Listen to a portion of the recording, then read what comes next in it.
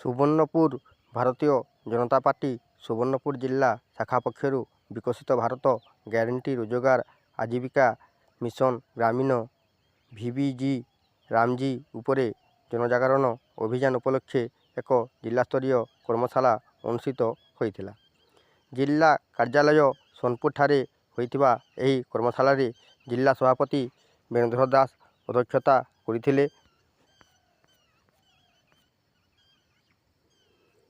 କର୍ମଶାଳାରେ ବୀରମହାଜପୁର ବିଧାୟକ ଇଞ୍ଜିନିୟର ରଘୁନାଥ ଜଦଲା, ପୂର୍ବତନ ଜିଲ୍ଲା ସଭାପତି ପ୍ରମୋଦ କୁମାର ମହାପାତ୍ର, ରାଜକିଶୋର ମେଣ୍ଡେଲି, ରାଜ୍ୟ କାର୍ଯ୍ୟକାରିଣୀ ସଦସ୍ୟ ଉଷା କୁମାରୀ, ସାଂସଦ ପ୍ରତିନିଧି ନଳିନୀ ପଣ୍ଡା ପ୍ରମୁଖ ଯୋଗଦେଇ ଭିବିଜି ରାମଜୀ ଆଇନ କିପରି ପୂର୍ବ ଆଇନ ଠାରୁ ଅଧିକ ଜନକଲ୍ୟାଣକାରୀ ଯୋଜନା ଅଟେ, ତାହାଦ୍ୱାରା କିପରି ଲୋକେ ଉପକୃତ ହେବା ସହ ବିରୋଧୀଙ୍କ ଭ୍ରମାତ୍ମକ ପ୍ରଚାରକୁ ପ୍ରତିହତ କରାଯିବ ସେ ସମ୍ପର୍କରେ ଦଳୀୟ କାର୍ଯ୍ୟକର୍ତ୍ତାଙ୍କୁ ମାର୍ଗଦର୍ଶନ କରିଥିଲେ। ଜିଲ୍ଲା ସାଧାରଣ ସମ୍ପାଦକ ବିଶ୍ୱମ୍ବର ମିଶ୍ର କର୍ମଶାଳାକୁ ପରିଚାଳନା କରିଥିଲେ। ଭିବିଜି ରାମଜୀର ଜିଲ୍ଲା ସଂଯୋଜକ ପୂର୍ଣ୍ଣଚନ୍ଦ୍ର ବିଶି ଧନ୍ୟବାଦ ଅର୍ପଣ କରିଥିଲେ।